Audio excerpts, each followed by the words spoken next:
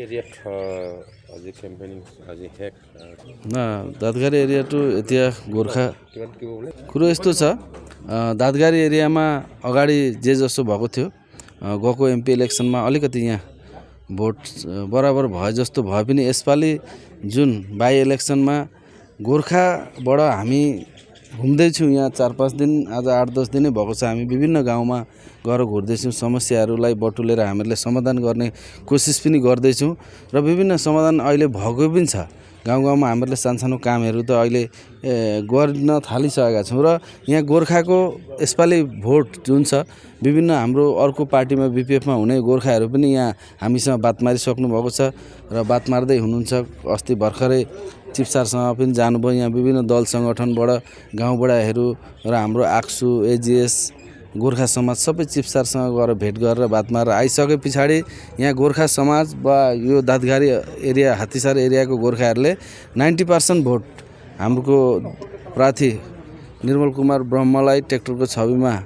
भोलि पर्सिको दिन 13 तारिकमा मतदान गर्नुहुन्छ भन्ने म विश्वास गर्दछु र आशा पनि गर्दछु र उहाँहरूलाई अनुरोध पनि गर्दछु र यसपालि अरू कास्ट कमिटी जस्तै गोर्खा नभएर यहाँ भोजपुरी छ बिहारी भोजपुरी राजवंशी सूत्रधर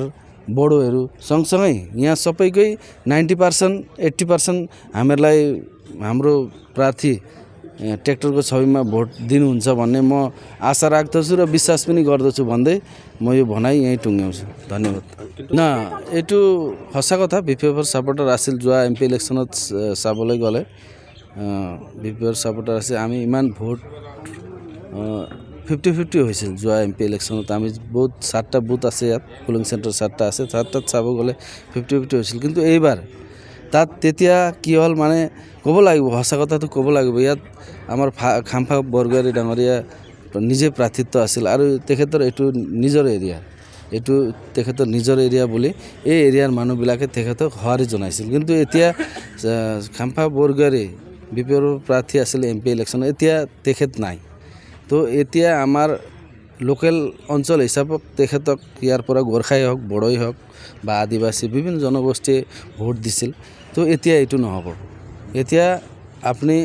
চাব এই ইলেকশ্যনটো 13 তাৰিখে 13 তাৰিখ পিছততো আপোনালোকে বিভিন্ন বুথত ইয়াত 7টা বুথ আছে ইয়াত 7টা বুথতে আমি ভাবোঁ যে গোৰ্খাৰ পৰা আমি বিশেষ কৰি গোৰ্খা এৰিয়াত ঘূৰি আছোঁ আৰু বিভিন্ন কাষ্ট কমিউনিটি সূত্ৰধৰ আছে মই যিহেতু ওবিচিৰ জেনেৰেল সেক্ৰেটাৰী ইউপিএল দলৰ তো হিচাপত আমি ৰাজবংশী চাই আছোঁ আদিবাসী চাই আছোঁ বা সূত্ৰধৰ কমিটিবিলাকক চাই আছোঁ ভোজপুৰী হওক তো আমি এতিয়া দেখিবলৈ পাইছোঁ এতিয়া এইটো নহ'ব এতিয়া আমাৰ ইউপিএল দলত সবে সঁহাৰি জনাইছে বা আগভাগ লৈছে এতিয়া বিভিন্ন দল সংগঠনৰ লগত আলোচনা কৰিছোঁ আলোচনা কৰাত সিহঁতে সঁহাৰি জনাব বুলি কৈছে আমাক তো আমি বিশ্বাসো কৰিছোঁ যেহেতু এই এৰিয়াত বেছি কথা ক'ব নাযাওঁ যেহেতু আমাৰ বিভিন্ন লিডাৰবিলাকে কথা কৈ আছে তো মোৰ হিচাপত মই ওবিচি সেলৰ জেনেৰেল সেক্ৰেটাৰী হিচাপত মই কাষ্ট কমিটিৰ লগত আলোচনা কৰাত মই এইটো পাইছোঁ এইবাৰ বাই ইলেকশ্যনত আমাৰ ট্ৰেক্টৰৰ প্ৰাৰ্থী মানে ইউপিএল দলৰ প্ৰাৰ্থী নিৰ্মল কুমাৰ ব্ৰহ্মক সবে আদিবাসী হওক গোৰ্খাই হওক ৰাজবংশী হওক ভোট দিব 90% ভোট দিব বুলি মই আশা কৰিছোঁ